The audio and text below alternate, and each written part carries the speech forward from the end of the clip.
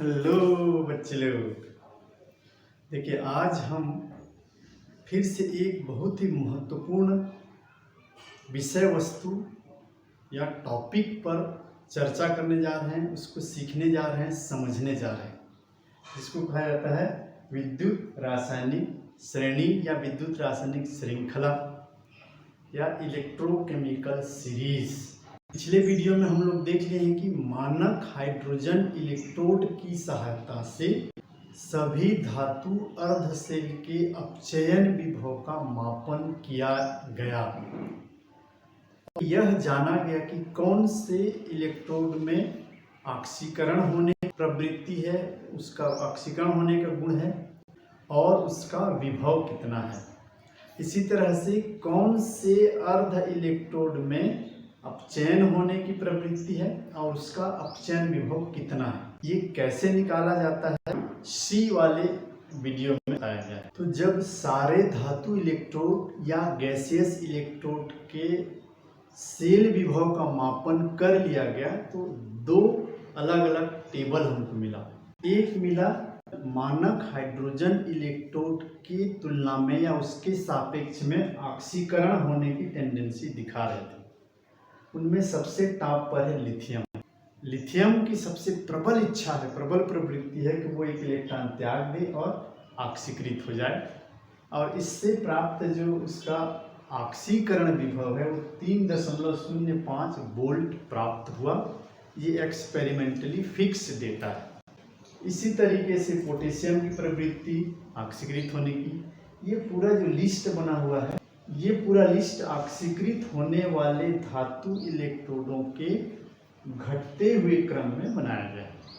अभी लिखा गया है एक ऑक्सीकरण होने वाले की एक लिस्ट बनाया गया और अपचयन होने वाले की लिस्ट बनाया गया। लेड का जो ऑक्सीकरण होने की प्रवृत्ति है वो इस ग्रुप का सबसे कम है। इसका जो ऑक्सीकरण विभव है 0.13 वोल्ट का प्राप्त हुआ है। तो इसमें एक खास बात जो आपको बताते जा रहा हूँ विद्युत रासायनिक श्रेणी के बारे में डिटेल, इसमें देखिए आपको दो प्रकार के तत्व या दो प्रकार के परमाणु मिलेंगे। ये ऊपर के यहाँ से यहाँ तक है सब एस ब्लॉक के तत्व, ये सब एस ब्लॉक एलिमेंट है, और यहाँ से इधर नीचे वाले को आप ध्यान दीजिए तो ये डी ब्लॉक एलिमेंट है। पहला ट्रिक आपको ये जानना है कि एस ब्लॉक के ज़्यादातर या सभी तत्व जो हैं, सभी धातु जो हैं वो ऑक्सीकृत होने की टेंडेंसी दिखाते हैं। उनके बाह्यतम कोश के इलेक्ट्रॉनिक विन्यास के आधार पर भी हम इसको समझ सकते हैं। ऑक्टेट कंप्लीट करने के लिए इलेक्ट्रॉन खोना इनको ज़्यादा पसंद है, खो करके ऑक्टेट कंप्लीट करते हैं। और डी ब्लॉक के भी अधिकांश जो तत्व हैं वो भी इलेक्ट्रॉन त्यागते हैं और ऑक्सीकृत होना इनको ज़्यादा पसंद है। तो ये है ऑक्सीकरण विभव दर्शाने वाले या ऑक्सीकृत होने वाले धातुओं का पूरा लिस्ट है। दूसरा एक लिस्ट मिला जो कि इलेक्ट्रॉन ग्रहण करना पसंद करते हैं, उनकी टेंडेंसी इलेक्ट्रॉन ग्रहण करने की है। इलेक्ट्रॉन एब्जॉर्ब करके अपचयित होना उनको अच्छा लगता है, तो उनका एक सीरीज इस तरह से मिला। कॉपर इलेक्ट्रॉन ग्रहण करके कॉपर सॉलिड में बदलना इसे पसंद है। ये देखो आयन थाम्याना, ये इलेक्ट्रॉन ग्रहण करना, सारे के सारे इलेक्ट्रॉन ग्रहण करने की टेंडेंसी है, जिसको हम बढ़ते हुए क्रम में लिखते हैं। और सबसे ज़्यादा इलेक्ट्रॉन ग्रहण करने की प्रवृत्ति जो है वो है फ्लोरीन का होता है। इलेक्ट्रॉन ग्रहण करने से इसका जो अपचयन विभव मिला है वो है 2.87 वोल्ट का। तो सबसे ज़्यादा प्रबल अपचयित होने की जो इच्छा है वो होता है फ्लोरीन का।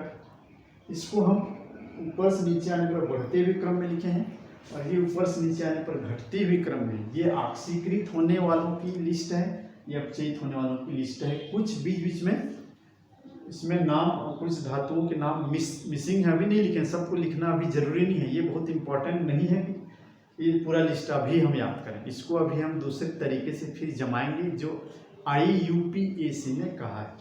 तो पहले समझ लेते हैं कि वो सीरीज बना कैसे है, क्योंकि बहुत ज़्यादा कन्फ्यूजन उसी में आता है कि वो बना कैसे।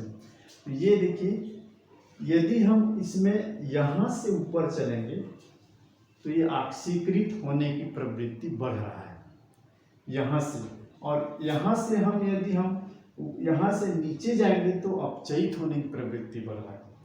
और बीच में यहाँ पर हमारा आता है, दोनों को सेपरेट करता है हमारा मानक हाइड्रोजन इलेक्ट्रोड। हाइड्रोजन इलेक्ट्रोड का पोटेंशियल जो होता है वो 0 वोल्ट माना गया है। वो ऑक्सीकृत भी हो सकता है, अपचयित भी हो सकता है। तो मानक हाइड्रोजन इलेक्ट्रोड की तुलना में यह लिस्ट बनाया गया कि हाइड्रोजन के सापेक्ष कौन ऑक्सीकृत होना चाह रहा था और कौन अपचयित होना चाह रहा था।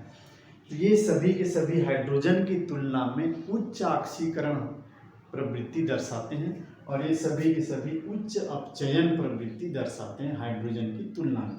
तो 2 सीरीज हमको मिला और इस सीरीज पर जरा गौर करेंगे तो इस सीरीज में देखिए पी ब्लॉक तत्व है, कुछ पी ब्लॉक एलिमेंट आपको दिखाई देंगे।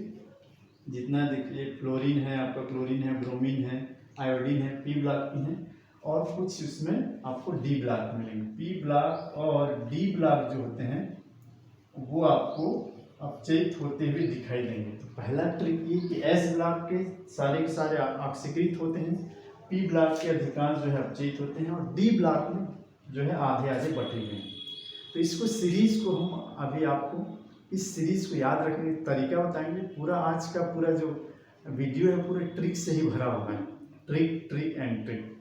तो ये 2 प्रकार की सीरीज मिली और एक याद रखना आपको, ये वाला देखिए 3.05 वोल्ट है उसका ऑक्सीकृत होने का विभव और अपचयित होने का जो अपचयन विभव वो भी 2.87 मतलब 2.9 मतलब लगभग 3 है। तो 3 से 3 तक ये जाता है।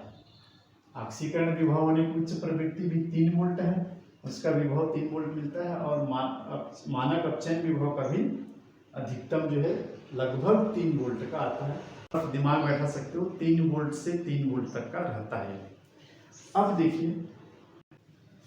देखिए इस दोनों सीरीज की खास बात ये होता है कि इन्हीं दोनों से मिलकर के हमारा सेल बनता है। इधर वाले एक इलेक्ट्रोड को इधर वाले किसी भी धातु इलेक्ट्रोड से जोड़ देंगे तो इसमें ऑक्सीकरण की क्रिया होगी, इलेक्ट्रॉन निकलेगा और इधर उसी निकला हुआ इलेक्ट्रॉन को ये ग्रहण कर लेते हैं और अपचयित होते हैं और रेडॉक्स रिएक्शन कंप्लीट होता है, हमारा सेल बन जाता है। और इन्हीं दोनों के विभव के अंतर से हमको फिर विभवांतर मिलता है, या दोनों के विभव को जोड़ दोगे तो सेल विभव मिलता है। 3.0 इस इलेक्ट्रोड को इस इलेक्ट्रोड के साथ जोड़ करके यदि हम एक सेल बनाते हैं तो सबसे अधिकतम विभवांतर या सबसे अधिक सेल विभव हमको मिलेगा। तो इसमें जितने ज़्यादा डिफरेंस पर हम इलेक्ट्रोड को दूर के इलेक्ट्रोड को जोड़ करके सेल बनाएंगे उतने ज़्यादा विभवांतर मिलेगा। एक खास बात मैं आपको बता दूं, ये सब के सब में ऑक्सीकरण होने की प्रवृत्ति है। इसका मतलब है कि इनमें अपचयन होने की प्रवृत्ति बिल्कुल नहीं है, ऐसा नहीं है। जैसे आपको यदि आम खाना पसंद है या क्रिकेट खेलना पसंद है तो इसका मतलब है आप केला भी थोड़ा बहुत खाने की इच्छा रखते हैं या फुटबॉल भी थोड़े बहुत खेलने की इच्छा रखते हैं। लेकिन आपका लिस्ट जब बनाया जाएगा तो क्रिकेट खेलने वालों के लिस्ट में आपका नाम रहेगा और फुटबॉल खेलने वालों के लिस्ट में आपके साथी के नाम रहेगा। लेकिन आपकी प्रबल इच्छा क्रिकेट खेलने की है तो आपकी दुर्बल इच्छा क्या है?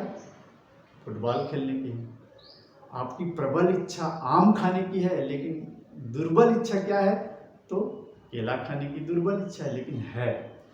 तो इसी तरह से इनका इच्छा प्रबल इच्छा जो है, इनकी प्रबल टेंडेंसी ऑक्सीकृत होने की है लेकिन दुर्बल टेंडेंसी इनके अपचयन होने की भी है।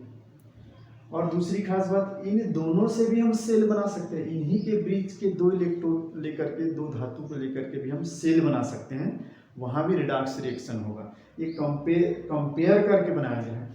ये इसके तुलना में ये थोड़ा कम ऑक्सीकृत होता है, इसकी तुलना में ये थोड़ा कम ऑक्सीकृत होता है। ये ऑक्सीकृत होने की घटते हुए क्रम है। तो यदि आप इन दोनों को भी यदि कोई भी 2 इलेक्ट्रोड को भी जोड़ करके आप कोई सेल बनाते हैं तो ऊपर वाले की ऑक्सीकरण होने की प्रवृत्ति ज़्यादा है, नीचे वाले की ऑक्सीकरण होने की प्रवृत्ति कम है।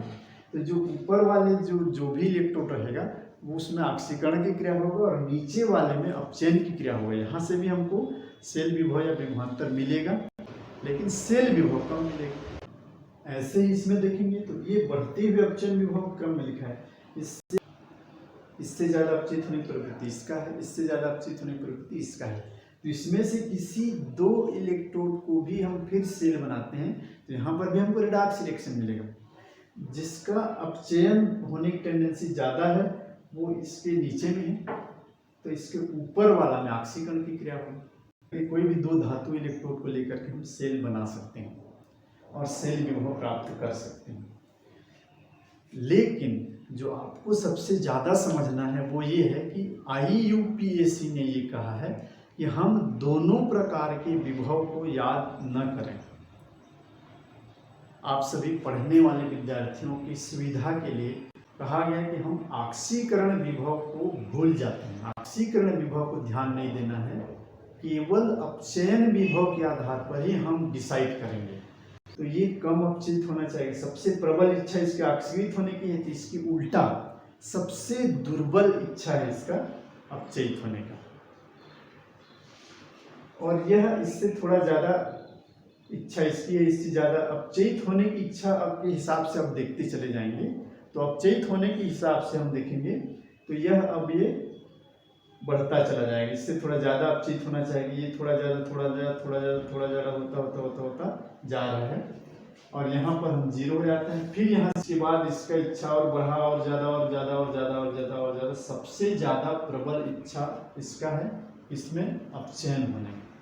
तो IUPAC ने कहा कि इसको हम मानक अपचयन विभव के आधार पर श्रेणी को तैयार किया जाए और सिर्फ मानक अपचयन विभव के आधार पर ही हम ऑक्सीकरण और अपचयन होने वाली एनोड और कैथोड रिएक्शन को हमको समझना है ताकि किसी प्रकार के कन्फ्यूजन ना रहे। तो इसी दो सूची को फिर एक सूची में कन्वर्ट कर दिया गया, एक सीरीज बना दिया गया, क्योंकि मानक अपचयन विभव और मानक ऑक्सीकरण विभव दोनों का संख्यात्मक मान वही होता है, बस चिन्ह बदल देना है। इसकी प्रबल इच्छा ऑक्सीकरण होने की है तो इसका यह वैल्यू जो है आप उसको अपचयन में गिनती करेंगे तो सबसे दुर्बल इच्छा है अपचयन होने की, किसकी? लिथियम की। तो इसको हमको अब उसको उलट करके लिख देना है। ये जो लिखा हुआ है ये ऑक्सीकरण रिएक्शन के आधार पर लिखा हुआ है, इलेक्ट्रॉन त्याग करके धनायन में बदल रहा है तो ये ऑक्सीकृत हो रहे हैं। तो इसको भी हमको उलट करके लिखना है, अपचयन होने वाले रिएक्शन में ही लिखना है, ऐसे इलेक्ट्रॉन ग्रहण करता हुआ।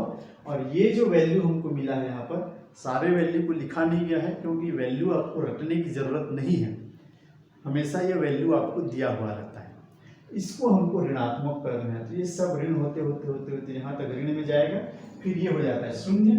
फिर इसके बाद ये इनकी एक्चुअल टेंडेंसी अपचयन होने की है तो इसलिए ये सब के सब धनात्मक में ही रहेंगे।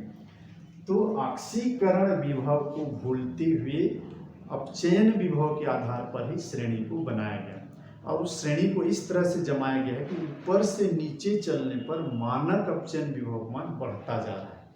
मानक अपचयन विभव के बढ़ते हुए क्रम में श्रेणी को फिर तैयार किया गया। तो सबसे कम मानक अपचयन विभव आया इसका ऋणात्मक वैल्यू कर देंगे। मानक अपचयन विभव में सबसे कम वोल्ट इसका है, सबसे कम मानक अपचयन विभव इसका है। फिर थोड़ा ज़्यादा इसका ज़्यादा बढ़ते बढ़ते बढ़ते बढ़ता जाता है और फिर ये जीरो हो जाता है। तो यहाँ से यहाँ तक बढ़ते बढ़ते बढ़ते अब धनात्मक ये शून्य में आ गया और शून्य के बाद इधर सब के सब धनात्मक होते होते सबसे उच्च अपचयन विभव किसका है? तो फ्लोरीन का। इसको हम फिर से जो वर्तमान में आपको याद करना है उस क्रम में हम लिख दे रहे हैं और उसको उस क्रम में फिर लिखने का एक बेहतरीन ट्रिक आपको बताएंगे। 1 मिनट में आपको पूरा सीरीज याद हो जाएगा। जो आज की इस वीडियो का सबसे खास बात है विद्युत रासायनिक श्रेणी को याद करने का सुपर डुपर ट्रिक। देखिए IUPAC के रिकमेंडेशन पर, उसके कहने पर इसको मानक अपचयन विभव के बढ़ते हुए क्रम में जमा दिया गया है और इस तरह से लिखा जाएगा। मानक अपचयन विभव के रूप में हम सबको लिखे लेंगे। इलेक्ट्रॉन ग्रहण करते हुए ही दिखाई देगा और उसका जो इधर मान है वो ऋण 3.05 से बढ़ता बढ़ता बढ़ता बढ़ता बढ़ता यहाँ पर जीरो आएगा, फिर इसके बाद धनात्मक आता है। तो ऊपर से नीचे जैसे जैसे हम चलते जाते हैं तो मानक अपचयन विभव का मान बढ़ता क्रम में है अर्थात इलेक्ट्रॉन ग्रहण करने की प्रवृत्ति ज़्यादा है। निचले वाला हमेशा ज़्यादा अपचयन टेंडेंसी दिखाएगा, तो नीचे वाले में इलेक्ट्रॉन ग्रहण की प्रवृत्ति अधिक होगा और ऊपर वाले में ऑक्सीकरण होने की टेंडेंसी होगा। जब दो इलेक्ट्रोड का सेल बनाएंगे तो ऊपर वाले में ऑक्सीकरण होगा, और यदि नीचे से ऊपर जाओगे तो ऑक्सीकरण विभव बढ़ रहा है और उसमें इलेक्ट्रॉन त्यागने की प्रवृत्ति बढ़ रहा है। चूंकि कम अपचयन विभव वाले की टेंडेंसी, अपचयन होने की टेंडेंसी कम है, तो वो ऑक्सीकृत होना चाहता है, तो वो ऑक्सीकरण जिसमें होता है उसको एनोड कहते हैं, ऑक्सीकरण की क्रिया जिसमें होता है उसको एनोड कहते हैं। तो कम अपचयन विभव वाला एनोड का कार्य करता है, उसमें ऑक्सीकरण होता है, और उसके नीचे वाले का अपचयन विभव अधिक है तो वो अपचयित होने की टेंडेंसी रखता है, कैथोड का कार्य करता है। इसी सीरीज के आधार पर ये फार्मूला बना है, E not of cell is equal to E not of cathode minus E not of anode. मानक परिस्थिति में सेल विभवांतर मिल जाता है। अब देखिए इसको याद करने का ट्रिक, इसमें कुछ और तत्व हैं जो बहुत ज़्यादा, कुछ और धातु हैं या कुछ और आयन हैं जिसका बहुत कम यूज है, उसको इसमें नहीं लिखा गया है, और एक बेहतरीन सा एक आपको याद करने का ट्रिक बताया गया है। देखिए अब इसको हम मिटाते हैं, सिर्फ ट्रिक पर ध्यान देंगे। लीना मैडम अकेली जिंक कार लेकर जिंक कार से फिर शिरडी को निकली। लीना मैडम अकेली जिंक कार से फिर शिरडी को निकली, सुन लेते हमें। अब उनके साथी हैं, उनके कोई मित्र हैं, उनके कोई पति हो सकते हैं। सुन लेते हमें, क्यों आजकल वो नहीं समझती, क्यों आजकल वो नहीं समझती। लीना मैम अकेली जिंक कार से फिर शिरडी को निकली, सुन लेते हमें, क्यों आजकल वो नहीं समझती। चलिए लिख देता हूं मैं, लीना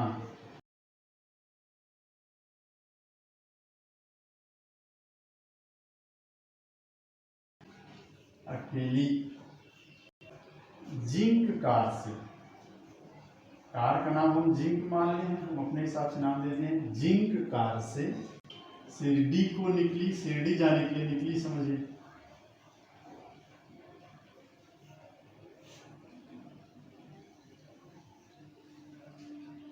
सुन लेते हमें, सुन लेते हमें,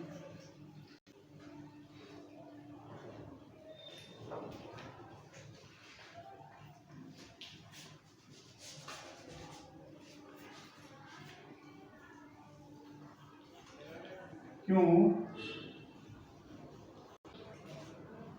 अकेली नहीं जाना चाहिए था, ऐसा कहना है उनके साथी का। हमें बता देते, लीना मैम अकेली जिंक कार से फिर शिरडी को निकली, सुन लेते हमें, क्यों आजकल वो नहीं समझती। 1 मिनट नहीं लगेगा, आपको पूरा सीरीज याद हो गया।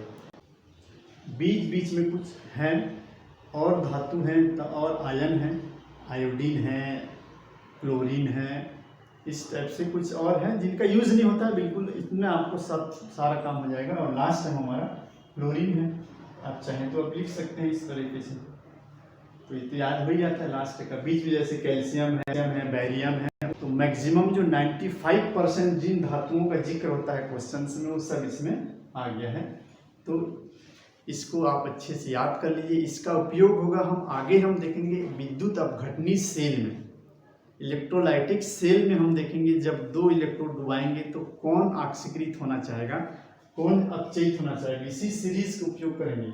यहाँ पर देखिए 2-3 आयन इसमें एक्स्ट्रा दिख रहा है जो उसमें हम नहीं लिखे थे। ये हाइड्रोक्सिल आयन है, ये नाइट्रेट आयन है, सल्फेट आयन है। इनका विद्युत अपघट्य विलयन जब बनाया जाता है तो ये भी अपचयित होना चाहते हैं। तो इसमें हम देखेंगे ऊपर से नीचे चलने पर जो नीचे है वो अपचयित होना चाहेगा, वो इलेक्ट्रॉन ग्रहण करेगा, ऊपर वाला इलेक्ट्रॉन त्यागेगा। विद्युत अपघटनी सेल में इस सीरीज का बहुत ज़्यादा इम्पोर्टेंट है, इसका बहुत ज़्यादा महत्व है। तो अच्छे से याद करिए। मिलते हैं अगले वीडियो में, तब तक के लिए गुड बाय, गुड लक।